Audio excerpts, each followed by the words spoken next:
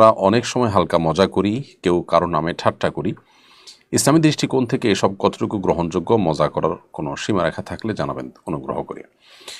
দেখুন প্রিয় দর্শক, প্রথমত রসিকতা করা এটা মৌলিকভাবে কোনো দোষের বিষয় নয়। আমাদের প্রিয় নবী সাল্লাল্লাহু আলাইহি সাল্লাম রসিকতা এবং মজা করেছেন নিজের সহচরদের সঙ্গে, পরিচিত লোকদের সঙ্গে, পরিবারের সাথে, এবং তার সে রসিকতা, তার সে মজা করা সাহাবীদের সাথে এটাকে তারা এনজয় করেছেন, এবং সেই সাথে তিনি রসিকতা সম্পর্কে আমাদেরকে দিক এবং নির্দেশনাও দিয়েছেন, এবং তিনি বলেছেন যে ওই ব্যক্তির জন্য তিনি জান্নাতের দায়িত্ব নিয়েছেন, জান্নাতের মধ্যে প্রাসাদ আল্লাহর কাছ থেকে পাইয়ে নেওয়ার দায়িত্ব নিয়েছেন, যে ব্যক্তি মিথ্যা বলে না, যদিও সেটা ঠাট্টা করে, বিদ্রূপ করেও।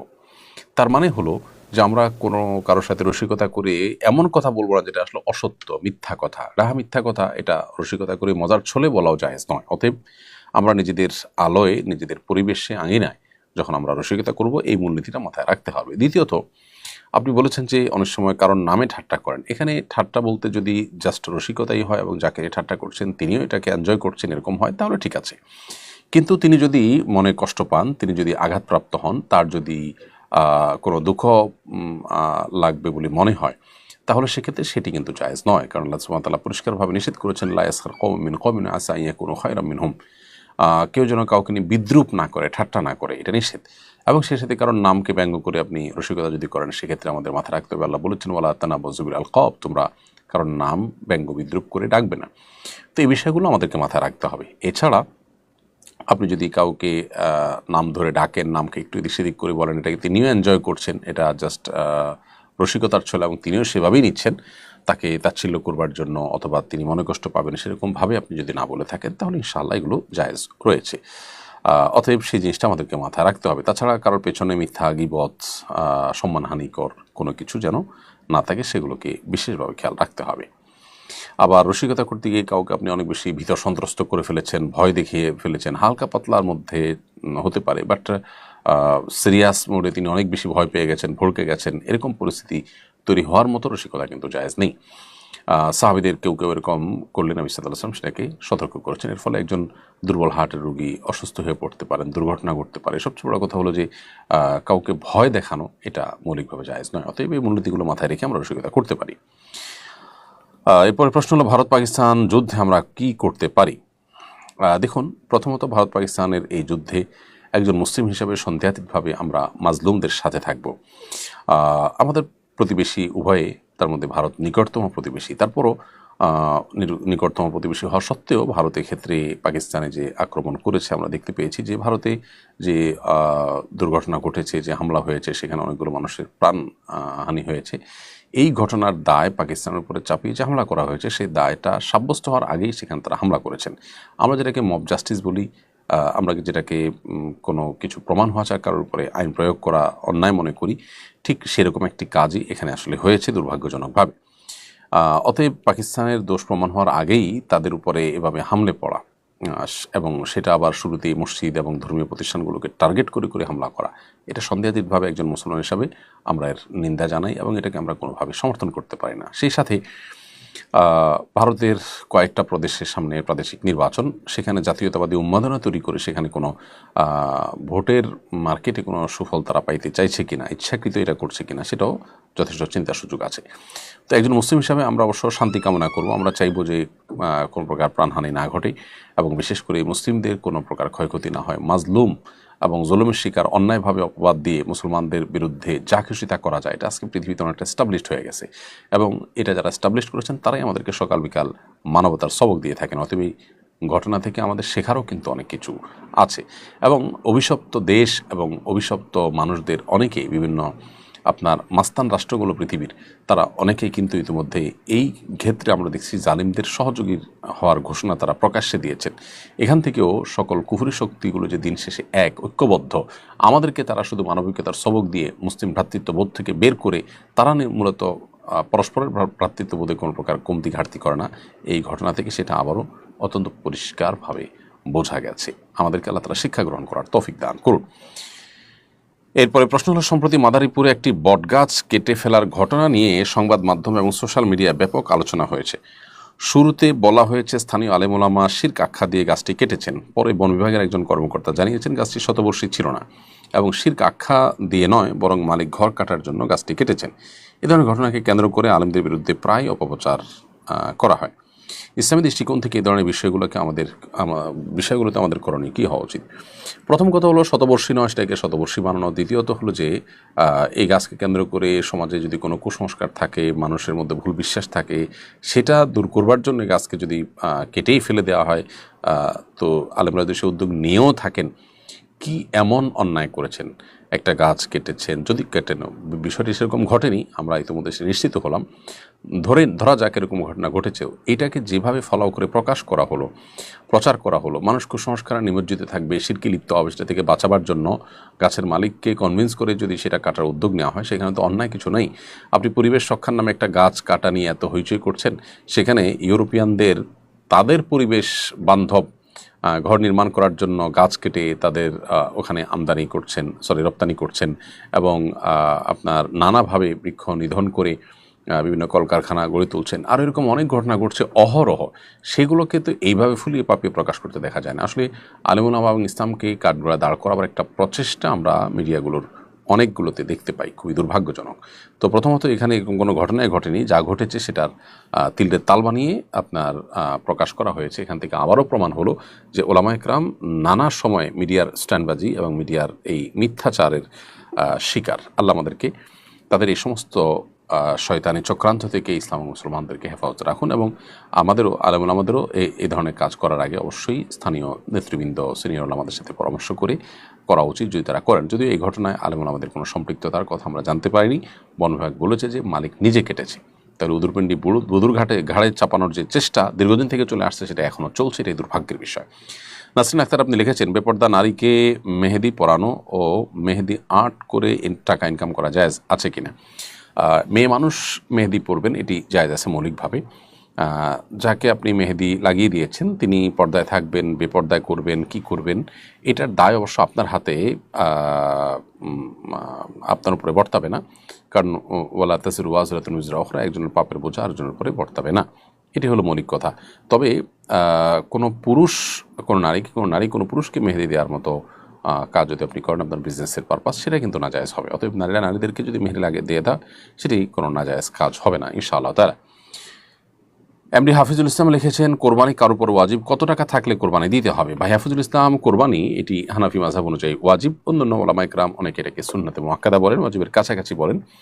এই ওয়াজিবটা হবে তখন যখন একজন মানুষ তার কাছে যাকাত ফরজ হওয়ার মতো টাকা থাকবে, অর্থাৎ 83 থেকে 85 গ্রাম স্বর্ণ এটার মালিক, অথবা আপনার 52.5 এই পরিমাণ রূপার মালিক যখন কেউ হবে, এর পরিমাণ স্বর্ণের মালিক যখন হবে, আমরা ভরিতে হিসাব করলে 7.5 ভরি স্বর্ণের মালিক যখন কেউ হবে, অথবা এটার পাশাপাশি যদি স্বর্ণ রূপা যে কোনো একটা মানদণ্ড হতে পারে। অতএব রূপার দাম কম হিসাবে রূপারটাই আগে মানুষ স্পর্শ করবে নেশাব, সেটাই স্বাভাবিক। সেই হিসাবে রূপার হিসাব করলে আমরা 52.5 ভরি রূপা এটা কেনার জন্য যে পরিমাণ টাকা লাগে, বর্তমান বাজারে 80 থেকে 85 হাজার টাকা, এই টাকার মালিক হলেই তার উপরে জাকাত আবশ্যক হয় 1 বছর হলে। আর কোরবানি আবশ্যক হবে 1 বছর হওয়ার আগেও যদি এরকম টাকা থাকে কোরবানির দিনগুলোতে। তাহলে 83 বা 85 গ্রাম স্বর্ণের কথা বলেছি, ওইটা নয়, বরং রূপারটা স্পর্শ করলেই তার উপরে কোরবানি আবশ্যক হবে। অর্থাৎ 80 থেকে 85 হাজার টাকা থাকলেই তারপরে কোরবানি আবশ্যক হয়ে যায়। এরপরে প্রশ্ন হলো মোহাম্মদ শান্ত আপনি লিখেছেন, একজন আলেম বলেছেন ছোট্ট বিপদ নিয়ে নাকি বড় বিপদ কেটে যায়, এটা কতটুকু সত্য? ছোট বিপদ আল্লাহ তাআলা অনেক সময় বান্দাকে দেন, এটা দিয়ে বড় বিপদ থেকে তাকে রক্ষা করেন না, এরকম হয়। যেমন আল্লাহ সুবহানাহু ওয়া তাআলা বলেছেন, ওয়ালানুযীকান্নাহুম মিনাল আযাবিল আদনা দুনাল আযাবিল আকবার লাআল্লাহুম ইয়ারজিউন। মানুষকে বড় শাস্তি দেওয়ার আগে আল্লাহ তাআলা ছোট শাস্তি দেন, এবং এই শাস্তিটা আল্লাহর জন্য দেন যাতে করে মানুষ ফিরে আসতে পারে। তো এরকমটি ঘটে, যিনি বলেছেন তিনি সত্য বলেছেন। অনেক সময় ছোট বিপদ দিয়ে আল্লাহ সুবহানাহু ওয়া তাআলা বড় বিপদ থেকে মানুষকে রক্ষা করেন বা উদ্ধার করেন। এরপরে প্রশ্ন করেছেন নাসরিন আক্তার, আপনি লিখেছেন, আপনার প্রশ্নের উত্তর আমরা দিয়েছি। জেরিন ভূঁইয়া আপনি লিখেছেন, কোনো মেয়ের নাকের নিচে গোফের মতো থাকে, সেগুলো কাটা যাবে কিনা? প্রথম কথা হলো যে আপনার নাকের নিচে যদি গোফ উঠে যায় কোনো মেয়েদের এবং সেটা চোখে পড়ার মতো হয়, তাহলে এটা তার বলতে পারি আমরা শারীরিক ত্রুটি। অতএব এইটা কাটা যাবে, বরং কেটে ফেলাটাই উত্তম, পুরুষদের সাদৃশ্য যেন না হয়। অনেক উলামা ইকরাম যেন ইমাম ইবনে আবিদিন শামী রাহিমাহুল্লাহ ফতোয়া শামীতে এটাকে মুস্তাহাব বলেছেন। মাবিয়া সুলতান লিখেছেন, আমি সৌদি আরবে থাকি, বাসায় কাজ করি, এখান থেকে আমি কি মাহরাম ছাড়া উমরা যেতে পারবো? বোন মাবিয়া সুলতানা, আপনি যেখানে বসবাস করছেন সে বসবাস স্থল থেকে বাইতুল্লাহ এর দূরত্ব যদি ৭৭.২৫ কিলোমিটার হয়, তাহলে সেক্ষেত্রে এটা সফরের দূরত্ব। এটুকু বা এর চাইতে বেশি দূরত্ব যদি হয়, তাহলে সেক্ষেত্রে আপনার মাহরাম ছাড়া আপনার জন্য সফর করা জায়েজ হবে না। আর এর কম হলে আপনি মাহরাম ছাড়াও সেখানে গিয়ে উমরা করতে পারবেন। আর সেক্ষেত্রে আপনি বাসায় কাজ করছেন, সেখানে মাহরাম ছাড়া গিয়েছেন, সেজন্য আপনার তওবা করা উচিত এবং মাহরাম ছাড়া সফর করার কারণে গুনাহ হয়েছে। সেখানে আপনি যেখানে কাজ করছেন সেখানে যদি পর্দা পরিপূর্ণ মেনটেন করতে পারেন তো ভালো, আর না হলে সেটা কিন্তু আরেকটি গুনাহের বিষয়। আল্লাহ তাআলা আমাদেরকে হেফাজত করুন। হালাল উপার্জনের পথগুলো কঠিন হয়ে আসছে, আমাদের বোনরা নানা কারণে তারা এ ধরনের পরিস্থিতির মুখোমুখি হচ্ছেন। আল্লাহ তাআলা তাদের হালাল উপার্জনের ব্যবস্থা করুন, আমরা দোয়া করি। নুমাইয়া নেহা লিখেছেন, বাবু হওয়ার পর থেকে আমি অনেক বেশি শুকিয়ে গেছি। আমার নানি দাদিরা বলছেন এটার জন্য নাকি ডাহুক পাখির মাংস খেতে হবে এবং এই পাখি জবাই করে মাথায় রক্ত দিতে হবে। এটা করা জায়েজ হবে কিনা? ডাহুক পাখি গোশত মৌলিকভাবে হালাল, সেটা ভিন্ন বিষয়, কিন্তু আপনার বিয়ের পর শুকিয়ে গেলে এটা খেলে ভালো হবে, এর কোনো বৈজ্ঞানিক ভিত্তি বা অভিজ্ঞতা দ্বারা কোনো প্রমাণ না থাকলে সেটা একটা কুসংস্কারের জন্য বিশ্বাস হবে, সেই বিশ্বাস থেকে খাওয়া যাবে না।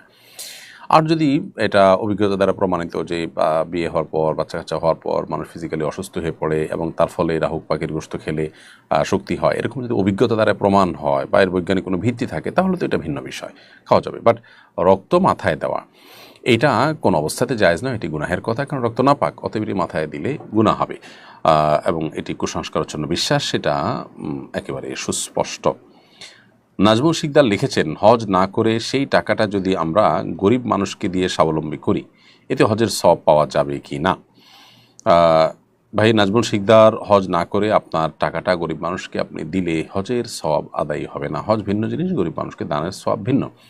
আপনার নিজের ফরজ হজ আদায় হয়ে গেছে, এখন নফল হজ না করে আপনি গরিব মানুষকে দান করতে চান, দিতে পারেন, সেটা আপনার ব্যাপার, তবে এর কারণে হজের সওয়াব পাবেন না, দানের সওয়াব আপনি ঠিকই পাবেন ইনশাআল্লাহ তাআলা। মোহাম্মদুল্লাহ মঈন লিখেছেন, কেউ যদি ইসরায়েলি পণ্য বিক্রয় করে তাহলে তার উপার্জন কি হালাল হবে কি না? যদি পণ্যটি হালাল হয়, মৌলিকভাবে হালাল পণ্য কেনাবেচা হয়, তাহলে সেক্ষেত্রে সেটা পণ্যটি হালাল হওয়ার কারণে সেটা কেনাবেচা করা হারাম হবে না বা তার দ্বারা উপার্জিত সম্পদ হারাম হবে না। তবে মৌলিকভাবে মুসলিমদের প্রতি আপনার সহমর্মিতার জায়গা থেকে মুসলিমদের প্রতি, মাজলুম মুসলমানদের প্রতি, ফিলিস্তিনি মুসলমানদের প্রতি আপনার যে তাদের প্রতি যে আপনার সিম্প্যাথি, সেই জায়গা থেকে আপনি এ ধরনের কেনাবেচা করা বা এই ধরনের জিনিসপত্র কেনাবেচা করা, এটা আপনার জন্য অনৈতিক কাজ। এটা আপনার মানুষ হিসাবে, মুসলমান হিসাবে দায়িত্বশীলতার পরিচয় নয়, সেটা অনুচিত সন্দেহাতীতভাবে, কিন্তু এর মানে এই নয় যে আপনার উপার্জিত টাকা হারাম হয়ে যাবে। এরপরে প্রশ্ন হলো, গাজওয়াতুল হিন্দে নামে এক যুদ্ধের কথা কোনো বক্তা প্রচার করে থাকেন, উক্ত যুদ্ধের সত্যতা ও বিবরণ সম্পর্কে জানতে চাই। এ সম্পর্কে সওবান রাদিয়াল্লাহু তাআলা থেকে, আবু রাদিয়াল্লাহু তাআলা থেকে একাধিক বর্ণনা রয়েছে।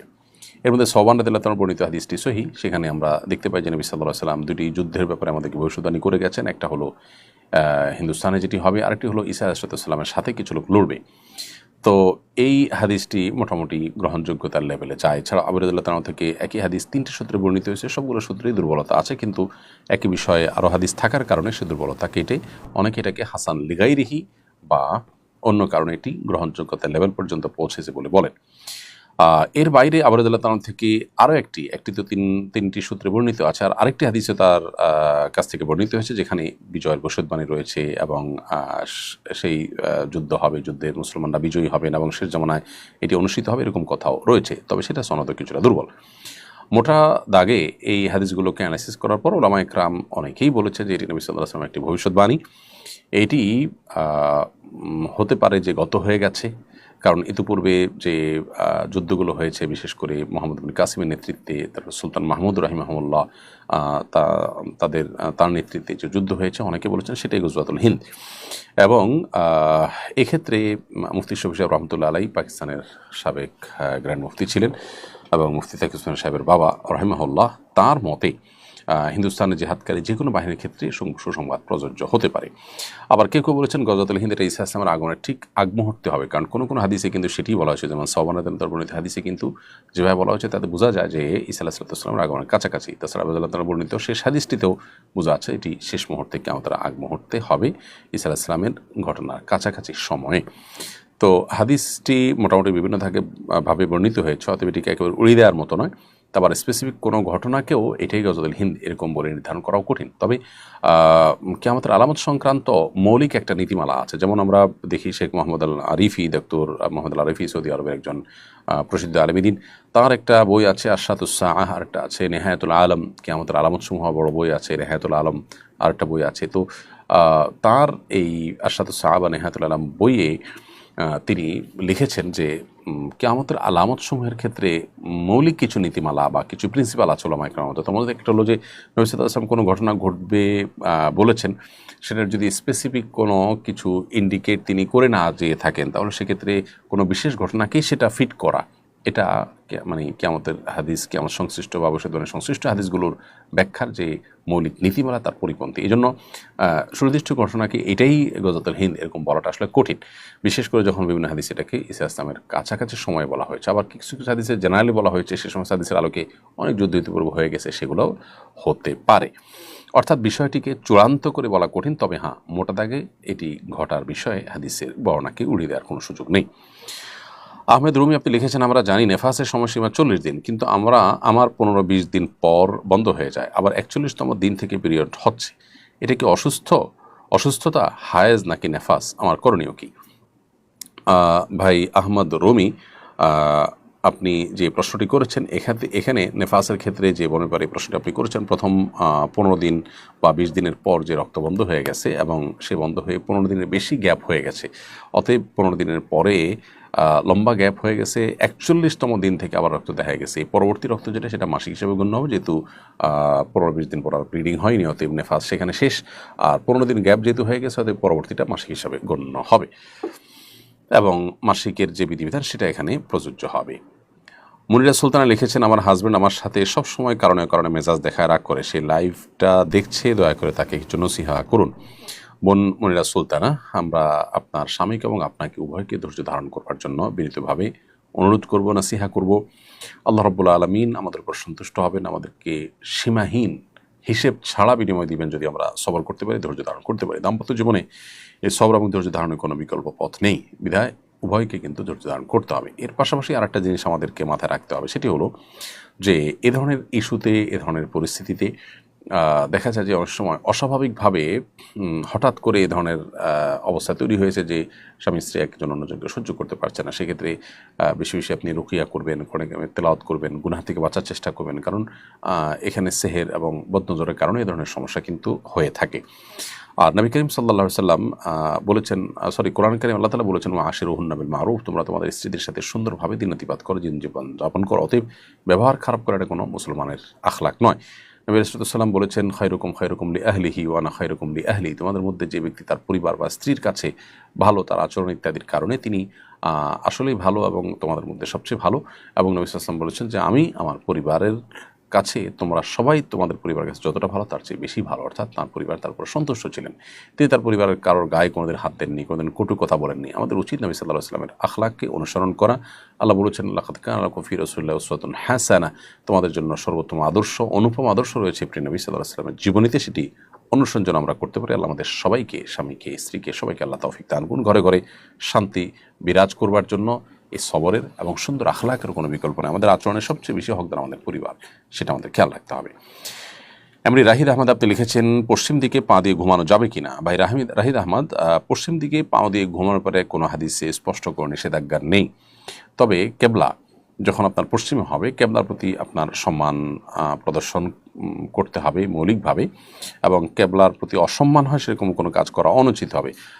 পাকিস্তানের সাবেক গ্র্যান্ড মুফতি আল্লাহ মুফতি শফি সাহেব রাহিমাহুল্লাহ এটাকে মাকরু বলেছেন, যদিও আরব উলামা ইকরাম এটাকে জায়েজ বলেন, কারণ আসলে কোনো হাদিসে পশ্চিম দিকে বা কেবলার দিকে পা দেওয়ার ক্ষেত্রে কোনো বিশেষ নিষেধাজ্ঞা নেই। তবে নবী আলাইহিস সালাম কেবলামুখী হয়ে টয়লেট করা, পেশাব পায়খানা করার পরে নিষেধাজ্ঞা আরোপ করেছেন এবং এটি মাকরু অতএব সেটি যখন ক্যামেরার প্রতি অসম্মান হয়, অতএব আমাদের এই সমাজ যেহেতু পাও মেলে দেওয়াটাকে আইবের মনে করে, আরবের আইব মনে করেন না অনেক ক্ষেত্রেই, যার কারণে এটি না করতে পারলেই ভালো এবং অ্যাভয়েড করাটাই হবে অধিকতর তাকওয়ার নিকটবর্তী, বিশেষ করে আমাদের দেশের প্রেক্ষিতে যেহেতু এখানে কারোর দিকে পা লম্বা করলে সেটা অসম্মান মনে করা হয়।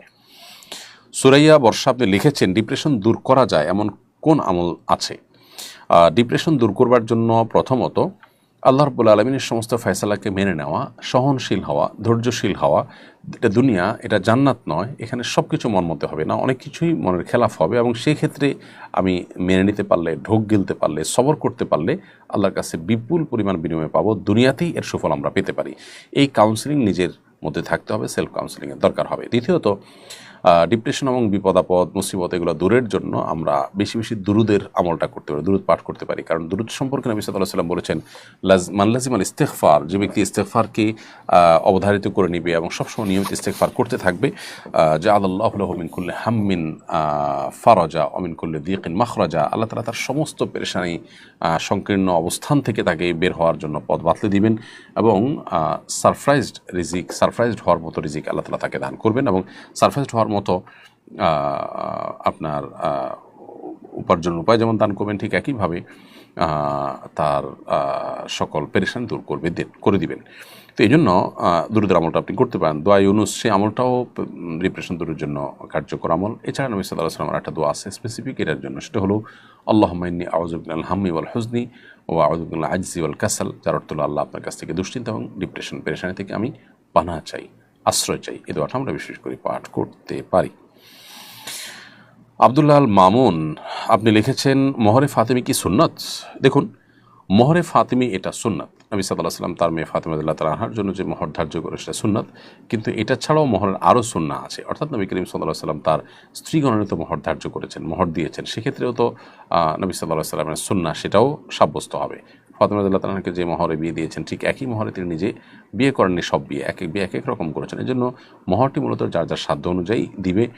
যাকে আল্লাহ তাআলা বেশি সাধ্য দিচ্ছেন তিনি স্ত্রীকে বেশি দিবেন, আর যার কম আছে তিনি যেন বেশি দিতে বাধ্য না হন, মেয়ে পক্ষ যেন বাধ্য না করে, সেটা খেয়াল করতে হবে। বাট সুন্নাহ হিসাবে শুধুমাত্র মোহর ফাতেমিকে ফিক্স করা এটা উচিত নয়।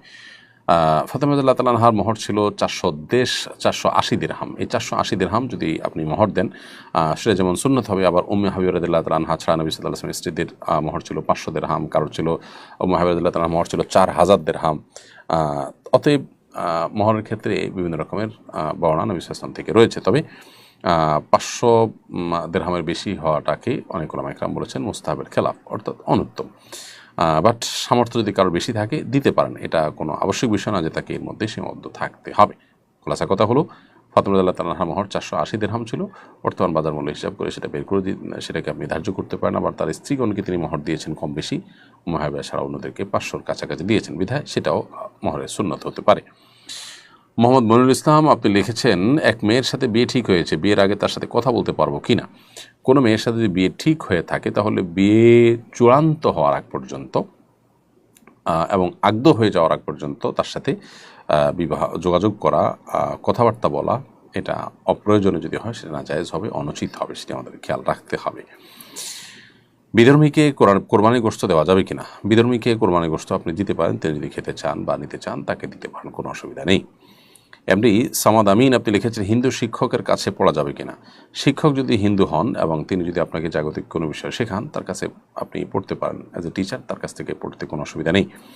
তবে তিনি আপনাকে যদি এমন কিছু পড়ান যেটা আপনার দিন এবং ইমানের জন্য ক্ষতিকর, সেরকম কোনো সাবজেক্ট তার কাছে পড়লে সেটা অনুচিত হবে। আর এছাড়া যদি কোনো ভালো মুসলিম দিনদার ভালো মুত্তাকি শিক্ষক পাওয়া যায়, তাও সেটাকে প্রায়োরিটি দেওয়া সবসময় উচিত হবে, কারণ শিক্ষকের ব্যক্তিত্বের প্রভাব নানাভাবে শিক্ষার্থীর উপর পড়ে থাকে। কোরবানির পশুর পেটে কোরবানি করার আগে বা পরে বাচ্চা পাওয়া গেলে এর বিধান কি? এরকম যদি হয় তাহলে সেক্ষেত্রে বাচ্চাও কোরবানি করে দিতে হবে। বিশেষ করে যে বাচ্চা জবে করার পর যদি গরুর পেটে কোরবানি, পশুর পেটে আপনার আরেকটা পশু পাওয়া যায়, তাহলে সেক্ষেত্রে সেটাকে জবে করে দিতে হবে। সেটা আপনি খেতে চাইলে খাইবেন, না খেতে চাইলে না খাইবেন। আর যদি জীবিত থাকে তাহলে সেক্ষেত্রে জীবিত সাদেকাও করে দিতে পারে, তবে আপনি ভোগ করতে পারবেন না। লিপি আক্তার নূপুর আপনি লিখেছেন, পিতামাতা যদি সন্তানের সাথে বৈষম্য করে তাহলে ইসলাম কি বলে? পিতামাতাও যদি বৈষম্য করে সেটা অন্যায় অন্যায় অন্যায় সর্বাবস্থায়। অতএব মা বাবাও সন্তানদের প্রতি যেন জুলুম না হয় সেদিকটা তাদের খেয়াল করতে হবে। মা বাবা হয়েছেন দেখে তারা যা খুশি তা করবেন সেই লাইসেন্স তারা কিন্তু পান নাই। আল্লাহ তালা এহসান তার নিজের জন্য আবশ্যক করে রেখেছেন। আল্লাহ তালা নিজের জন্য জুলুম না করাকে আবশ্যক করে নিয়েছেন। আল্লাহ সুবহানাহু ওয়া তাআলা বলেছেন, ইন্নী হারামতু যুলমা আলা নাফসি ফালা তাযালামু। হে বান্দাগণ, আমি আমার নিজের প্রতি জুলুমকে হারাম করেছি। আল্লাহ নিজে জুলুমকে নিজের জন্য হারাম যদি করে থাকেন, তাহলে মা বাবার জন্য কীভাবে সন্তানের প্রতি জুলুম বা বৈষম্য করা হালাল হতে পারে? পশু জবাইয়ের পর নিস্তেজ হওয়ার আগেই চামড়া খসানো বা অন্য কোনো অঙ্গ কাটা যাবে কিনা? পশু জবের পর পশুর পুরো প্রাণ সঞ্চারিত হয়ে বের হয়ে পরিপূর্ণভাবে তার মৃত্যু নিশ্চিত হওয়ার আগ পর্যন্ত তার চামড়া ইত্যাদি কাটাকাটি করা এটা অনুচিত কাজ, কারণ এতে পশুর কষ্ট হয়। অহেতুক পশুকে কষ্ট দেওয়া এটা নাজায়েজ কাজ এবং মাকরুহ তাহরিমি। নবী সাল্লাল্লাহু আলাইহি ওয়াসাল্লাম বলেছেন, ইন্নাল্লাহা কাতাবাল ইহসানা আলা কুল্লি শাই। সহিহ মুসলিমের হাদিসে তিনি বলেছেন, আল্লাহ তাআলা প্রত্যেকটা বস্তুর সাথে ইহসান করাটাকে আমাদের জন্য আবশ্যক করে দিয়েছেন। ফাইদা যাবাহতুম ফাআহসিনুজ যিবহাতা ওয়া ইযা কাতালতুম ফাআহসিনুল কিতলা। কাউকে যদি বিচারিক কারণে বা যুদ্ধের ময়দানে হত্যা করতে হয়, সেখানেও তুমি নির্মমতা অবলম্বন করবে না তোমরা। আর পশু জবাই করতে হলে সেখানেও নির্মমতা অবলম্বন করতে যাবে না। তো এই সমস্ত হাদিসের আলোকে আমাদেরকে অবশ্যই যথাসম্ভব সহনশীল হতে হবে এবং আপনার পশুর আপনার জবের পর পরিপূর্ণ নিস্তেজ হওয়া পর্যন্ত সবর করতে হবে। তার আগেই চামড়া ছেঁড়া বা পায়ের রগ ছেঁড়া যাবে না। এরপরে রজনী আক্তার আপনি লিখেছেন, বিয়ে নিয়ে অনেক সমস্যায় আছে, কেউ পছন্দ করছে না, কি করতে পারি? আল্লাহর ফয়সালা হওয়া পর্যন্ত অপেক্ষা করতে হবে, সবর করতে হবে, বেসবর হলে চলবে না। আল্লাহর অনেক প্রিয় বান্দা বান্দিগণ আছেন যাদের জীবনে বিয়ে হয়নি, তারা আল্লাহর প্রিয় বান্দা হয়ে দুনিয়া থেকে চলে গেছেন। ইমানদারের সবচেয়ে বড় টেনশনের বিষয় তার আল্লাহ তার উপর সন্তুষ্ট কিনা সেটি, তার আখেরাত তিনি কামাই করে যেতে পারছেন কিনা সেটি। এছাড়া বিয়ে না হওয়ার কারণে অতিরিক্ত দুশ্চিন্তা করা এটা সন্দেহাতীতভাবে একজন মুসলমানের সাথে যায় না। তিনি সবর করবেন। আর অনেক সময় দেখা যায় আল্লাহ তাআলা পরীক্ষা করেন বান্দাকে। আল্লাহ বলেছেন, ওয়ালা নাবলুওয়ান্নাকুম বিশাইইম মিনাল খাউফি ওয়াল জু'i ওয়া নাকসিম মিনাল আমওয়ালি ওয়াল আনফুসি ওয়াস সামারাত ওয়া বাশশিরিস সাবিরিন। আল্লাহ তাআলা মানুষের ফল ফসলের ক্ষতি, জীবনের হানি অনেক কিছু দিয়ে পরীক্ষা করেন। আল্লাহ বলেছেন, এরপরে যারা ধৈর্যশীল তাদেরকে সুসংবাদ দান করো। বিধায় আপনি সবর করবেন এবং যথাযথভাবে চেষ্টা অব্যাহত রাখবেন। অনেক সময় দেখা যায় ব্ল্যাক ম্যাজিক বা হাসাদ ইত্যাদির কারণে মানুষের বিয়ে হয় না। অতএব সেক্ষেত্রে আপনি ভালো কোনো রাখি শরণাপন্ন হতে পারেন, অথবা রোকিয়া এই ক্ষেত্রে কীভাবে করবে সেটা জেনে